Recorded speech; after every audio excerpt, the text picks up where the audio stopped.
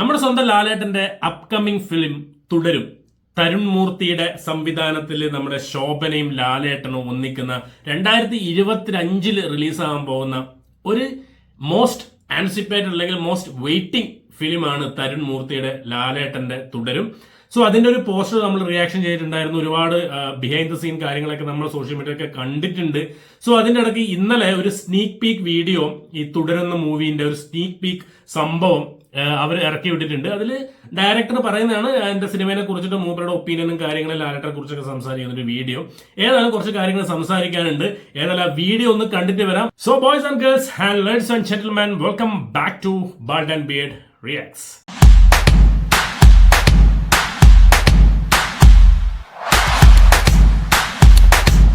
Let's go.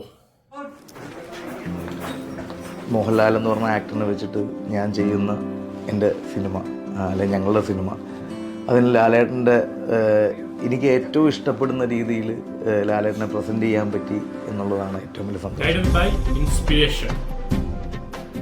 എൻ്റെയൊക്കെ വീടിന് അപ്പുറത്തോ അയലോക്കത്തോ ഒക്കെ കണ്ടിട്ടുള്ള ഒരു ടാക്സി ഡ്രൈവർ, അയാളുടെ കുടുംബം, അയാളുടെ ചുറ്റുമുള്ള കഥാപാത്രങ്ങൾ, കൂട്ടുകാർ. ഈ വീഡിയോ കാണുമ്പോൾ തന്നെ ഒരു എന്തോ എനിക്കറിയില്ല, ഒരു പോസിറ്റിവിറ്റി എവിടെയൊക്കെ ഫീൽ ചെയ്യുന്നുണ്ട് വീഡിയോ തുടക്കത്തിൽ തന്നെ, അല്ലെങ്കിൽ കാണുന്ന സമയത്ത്. സ്റ്റാർട്ട് ചെയ്യാം. അയാളുടെ രസകരമായ മുഹൂർത്തങ്ങൾ, അയാളുടെ ലൈഫ്, അങ്ങനെയാണ് ഇതിനെ ട്രീറ്റ് ചെയ്യുന്നത്.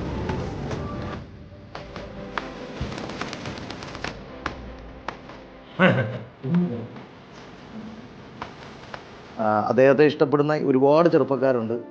അവർക്കൊക്കെ ഇഷ്ടപ്പെടുന്ന കാര്യങ്ങളുണ്ടോ എന്ന് വെച്ചാൽ അവർക്കൊക്കെ ഇഷ്ടപ്പെടുന്ന കാര്യങ്ങളുണ്ട്. പക്ഷെ അത് എങ്ങനെയാണ് ഞങ്ങൾ തുന്നി കെട്ടിയിരിക്കുന്നത്, നമ്മുടെ തുടരും എന്ന് പറഞ്ഞ പോസ്റ്റർ വെച്ചിട്ട് എങ്ങനെയാണ് തുന്നി കെട്ടിയിരിക്കുന്നത് എന്നുള്ളത് നിങ്ങൾ റിലീസ് വരെ കാത്തിരിക്കേണ്ടി വരും.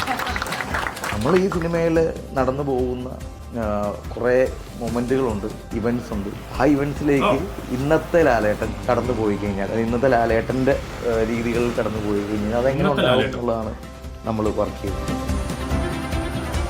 തലമുറകളുടെ നായകനായിട്ടുള്ള നോട്ട് ദ പോയിന്റ് ഗൈസ്, തലമുറകളുടെ നായകനാണ് ലാലേട്ടൻ. അതിൽ തർക്കമില്ല, എന്തായാലും തർക്കമില്ല. ഒരു മോഹൻലാലിനെ കാണാൻ, അല്ലെങ്കിൽ മോഹൻലാലിനൊപ്പം ശോഭന ചേരുമ്പോൾ കിട്ടുന്ന ഒരു കെമിസ്ട്രി കാണാനാണ് ഞങ്ങൾ വിളിക്കുന്നത്. അതിനപ്പുറത്തേക്ക് നിങ്ങൾ ഊഹിച്ചു കൂട്ടുന്നതും മെനഞ്ഞു കൂട്ടുന്നതും ഒക്കെ ഒരു പക്ഷെ നിങ്ങൾക്ക് തന്നെ ബാധ്യതയായില്ല. ഒരാളുടെ ജീവിതം തുടരും എന്ന് പറഞ്ഞു നിർത്തുന്ന അപ്പം തുടരുമില്ല തുന്നിക്കെട്ട് എന്താന്നുള്ളത് സിനിമ തന്നെ പറയട്ടെ. തുടരും, അങ്ങനെ തന്നെ ഇരിക്കട്ടെ. തുടരും. തരുൺ മൂർത്തി ആ ലാസ്റ്റ് പറഞ്ഞ ഒരു സംഭവം ഭയങ്കര നമ്മൾ ഒന്നും കൂടി ചിന്തിക്കേണ്ട കാര്യമാണ്. മൂപ്പര് പറഞ്ഞത് അതിനപ്പുറത്തേക്ക് നിങ്ങൾ ഊഹിച്ചു കൂട്ടുന്നതും മെനഞ്ഞു കൂട്ടുന്നതുമായ കാര്യങ്ങൾ ചിലപ്പോൾ നിങ്ങൾക്ക് തന്നെ വിനയായി വന്നേക്കാം എന്നതാണ് മൂപ്പര് പറഞ്ഞു വെക്കുന്നത്. ബിക്കോസ് അത് ലാലേട്ടന്റെ പടം എല്ലാ പടങ്ങളും വരുന്ന സമയത്തും ഇപ്പൊ സോഷ്യൽ മീഡിയയിലാണെങ്കിലും നമ്മളെ പോലുള്ള യൂട്യൂബേഴ്സ് ആണെങ്കിലും അല്ലെങ്കിൽ റിവ്യൂ പറയുന്നവരാണെങ്കിലും സിനിമ ഇഷ്ടപ്പെടുന്നവർ, അത് ചർച്ചകൾ എന്തായാലും വരും. അതിപ്പോ മമ്മൂക്കേന്റെ പടം ഇറങ്ങുമ്പോഴും ലാലേട്ടന്റെ പടം ഇറങ്ങുമ്പോഴും ഒരു ഭയങ്കരമായ മലയാളക്കരെ കാത്തിരിക്കുന്ന പടം, എസ്പെഷ്യലി പറഞ്ഞാൽ ലാലേട്ടന്റെ ഏതൊരു പടം ഇറങ്ങിയാലും അതിന്റെ മുമ്പൊരു ഹൈപ്പ് എന്ന് പറഞ്ഞത് ഓട്ടോമാറ്റിക് ക്രിയേറ്റ് ആവുന്ന ഒരു ഹൈപ്പാണ്. ആരും ഉണ്ടാക്കിയെടുക്കുന്നതല്ല.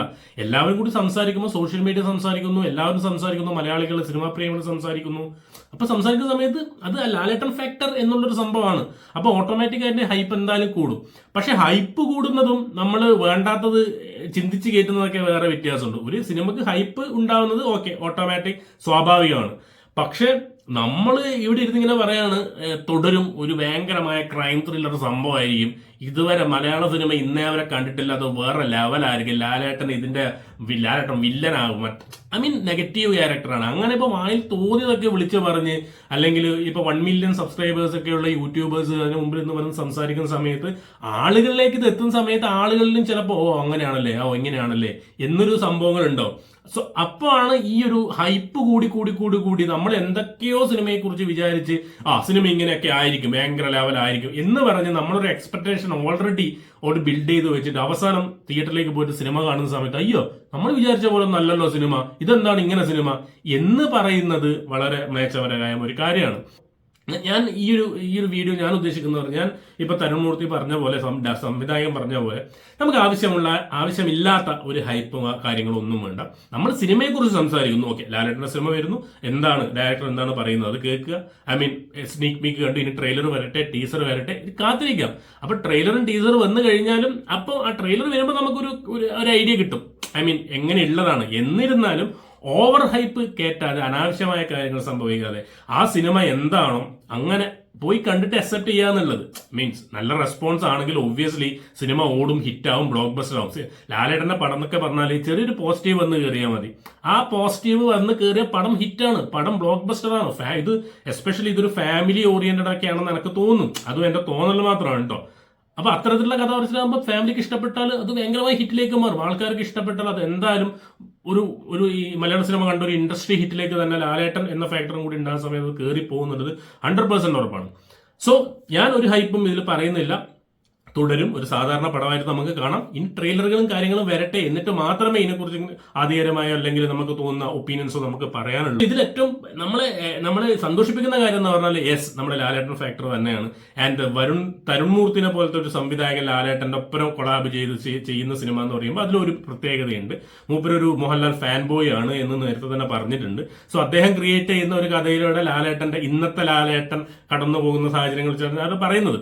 സോ എക്സ്പെക്ടേഷൻ ഉണ്ട്. നല്ലൊരു ഡയറക്ടർ എന്നുള്ള രീതിയിൽ നല്ല സിനിമകൾ ചെയ്ത മൂപ്പർ ചെയ്ത സിനിമകൾ വെച്ച് നോക്കുന്ന സമയത്ത് ഇപ്പൊ നമ്മുടെ സൗദി വെള്ളയ്ക്ക ആണെങ്കിലും അല്ലെങ്കിൽ മറ്റേ ആ ഒരു വേറൊരു സിനിമയുണ്ടല്ലോ, ആ സിനിമയ്ക്ക് ആണെങ്കിലും നല്ലൊരു സിനിമയായിരുന്നു നമുക്ക് കാണാൻ പറ്റും. അപ്പൊ അതേപോലത്തെ ഡയറക്ടേഴ്സിനൊപ്പം ലാലേട്ടൻ ചെയ്യുന്നു എന്ന് പറയുമ്പോൾ തന്നെ അതിലൊരു പോസിറ്റിവിറ്റി ഉണ്ട്.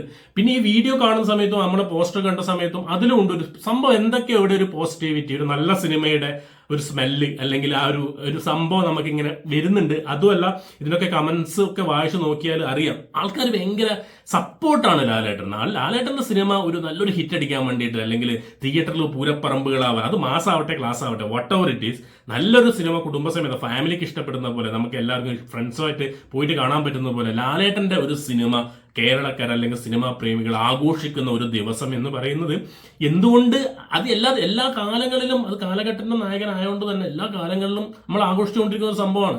പക്ഷെ ഇപ്പോൾ ഈ ഇടയ്ക്ക് 2-3 വർഷങ്ങളായിട്ട് ലാലേട്ടനിൽ നിന്നും പ്രതീക്ഷിക്കുന്ന അല്ലെങ്കിൽ ലാലേട്ടൻ നമ്മൾ പ്രതീക്ഷിക്കുന്ന സിനിമ തരുന്നില്ല എന്നുള്ളൊരു വാസ്തവമായ ഒരു കാര്യമുണ്ട്. കുറെ ഫ്ലോപ്പുകൾ വന്നു. നമ്മൾ കുറെ എക്സ്പെക്ടേഷൻ വെച്ച് പോയ സിനിമകളൊക്കെ ഭയങ്കര ഫ്ലോപ്പുകളായിരുന്നു, മിക്സ് റെസ്പോൺസ് വരുന്നു. പക്ഷെ അതിലെന്തോ അതാണ് അവിടെ ആ ഒരു സംഭവം ഉണ്ട്. അതിപ്പോൾ കുറെ സിനിമ ആപ്പായി, പേരൊന്നും ഞാൻ പറയുന്നില്ല, നിങ്ങൾക്ക് എല്ലാവർക്കും തന്നെ അറിയാം.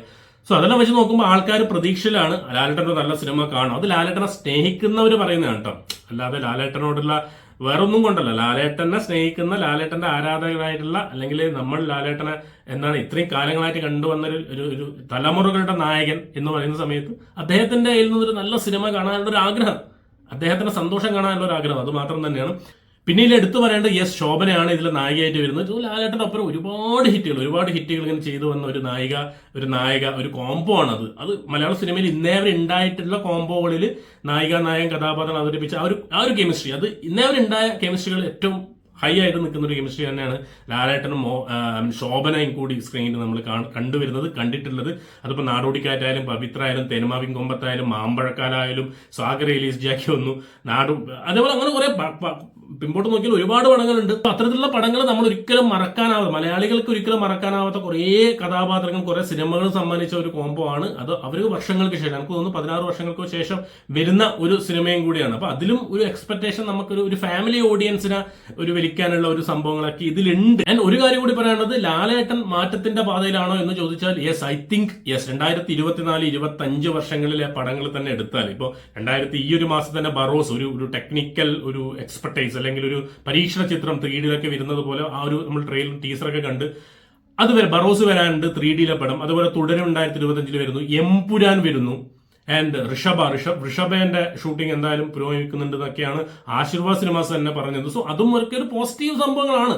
ലാലേട്ടൻ ഇതുവരെ ചെയ്ത കഥാപാത്രങ്ങളിൽ നിന്നും അല്ലെങ്കിൽ ചെയ്ത ഒരു ഇന്ന ടീമിന്റെ ഒപ്പരായിരുന്നു, കുറച്ച് പഴയകാല സംവിധായകരുടെ ഒപ്പരയായിരുന്നു ലാലേട്ടൻ ഇതുവരെ 2-3 അങ്ങനെയൊക്കെ കുറച്ച് ഫ്ലോപ്പുകളൊക്കെ സംഭവിച്ചത്. അതിനിടയിൽ ദൃശ്യം തുടങ്ങിയ സിനിമകൾ നമുക്ക് നല്ല ഒരു സംഭവം തിയേറ്ററിൽ വന്നു, പക്ഷെ ദൃശ്യം തിയേറ്ററിൽ വന്നില്ല. അത് വലിയൊരു ചതി അല്ലെങ്കിൽ വലിയൊരു മോശമായൊരു സംഭവം. അത് തീർത്തും തിയേറ്ററിൽ ഇറങ്ങേണ്ട ഒരു സംഭവമായിരുന്നു ദൃശ്യം 2 എന്ന് പറയുന്നത്. അത് OTT പോയി എന്ന് പറയുന്നത് ഭയങ്കര നിരാശകരമായൊരു സംഭവമാണ്. അതൊക്കെ തിയേറ്ററിൽ ഇറങ്ങിയെങ്കിൽ വേറെ ലെവൽ 100 കോടി എന്തായാലും 150 കോടിയിൽ പോട്ടി എന്തായാലും സിനിമ. അത്തരത്തിലുള്ള സിനിമയായിരുന്നു ദൃശ്യം 2. അത് OTT പോയി. പിന്നെ നേര് വന്നു. കുറെ കാലങ്ങൾക്ക് ശേഷമാണ് നേരിൽ കുറച്ച് പെർഫോമൻസ് അല്ല ലാലേട്ടനെ കണ്ട് നമ്മൾ കയ്യടിച്ചതും ഒന്ന് ഉഷാറായത്. പിന്നെ അഗെയിൻ മലൈക്കോട്ടെ വാലിവനൊക്കെ വന്ന് തകരാറിലായി പോയി എന്നുള്ളൊരു സംഭവമുണ്ട്. സോ അങ്ങനെയൊക്കെ കുറച്ച് സംഭവങ്ങളൊക്കെ ഉണ്ട്. അതൊക്കെ ഏതായാലും പഴങ്കഥകൾ, അതൊക്കെ വിടാം. ഇനി പുതിയ ലാലേട്ടന് വേണ്ടിയിട്ടുള്ള പുതിയ ആൾക്കാരുമായിട്ടുള്ള പടങ്ങൾ കാണാനാണ് ഇപ്പോൾ ആൾക്കാർ വെയിറ്റ് ചെയ്യുന്നത്. അതാണ് ആൾക്കാർ പറയുന്നതും. സോ എന്തായാലും ഒരു മാറ്റം എന്തായാലും ഉണ്ടാവും തന്നെയാണ് പ്രതീക്ഷ. എന്തായാലും ലാലേട്ടന്റെ ഒരു സിനിമ നമുക്ക് അടുത്ത് തന്നെ ഒരു സിനിമ എന്തായാലും നല്ലൊരു സിനിമ, നല്ലൊരു ഫീൽ ഗുഡ് ആയിക്കോട്ടെ, ക്ലാസ് ആയിക്കോട്ടെ, മാസ് ആയിക്കോട്ടെ, എന്തോ ആയിക്കോട്ടെ, ഒരു കണ്ട് ഓക്കെ ലാലേട്ടൻ തിരിച്ചു വന്നു ഗൈസ്, അല്ലെങ്കിൽ ലാലേട്ടന്റെ പടം പോയി കാണാ, അവിടെ ലാലേട്ടൻ പോയി കാണുക എന്ന് പറയാൻ പറ്റുന്ന രീതിയിൽ ഒരു അടാറ് സംഭവം വന്ന് കയറാനുള്ള ഒരു വെയിറ്റിംഗ്. ആ ഒരു സിംഹാസനം തിരിച്ച് കൊണ്ടുവരണം എന്നുള്ളതാണ് മാത്രമാണ്. ബിക്കോസ് ബാക്കിയുള്ളവരൊക്കെ നല്ലോണം ഹിറ്റൊക്കെ ചെയ്യുന്ന സമയത്ത് ലാലേട്ടനും പേഴ്സണൽ ആയിട്ടൊരു വിഷമം ഉണ്ടാവും. എന്തായാലും ഒരു മാറ്റം കൊണ്ടുവരണം, അല്ലെങ്കിൽ പഴയ ഓഡിയൻസിന്, അല്ലെങ്കിൽ കേരളക്കരെ സിനിമാ പ്രേമികൾ, തന്റെ ആരാധകരെ ഒന്നുകൂടി ഹൈയിലേക്ക് എത്തിക്കണം എന്നുള്ളത് അദ്ദേഹത്തിന്റെ ഒരു താല്പര്യം കൂടി എന്തായാലും ഉണ്ടാവും. സോ അതിനുവേണ്ടി ഞാനും പ്രാർത്ഥിക്കുകയാണ്. ലാലേട്ടൻ തിരിച്ചു വരും, ലാലേട്ടൻ നല്ല സിനിമകൾ എന്തായാലും കാണാൻ പറ്റും. അതിനൊരു തുടക്കമാവട്ടെ ഈ തുടരും എന്നുള്ളത് നമുക്ക് പ്രാർത്ഥിക്കാം. സോ എന്തായാലും ലാലേട്ടൻ മുമ്പോട്ടുള്ള വിജയയാത്രക്ക് ഈ തുടരും എന്നുള്ള സിനിമ ഒരു തുടക്കമാവട്ടെ എന്ന് മാത്രമേ പറയാനുള്ളൂ. So thank you so much guys for watching and being with me, and keep watching and remember the name guys. Bald and beard reacts.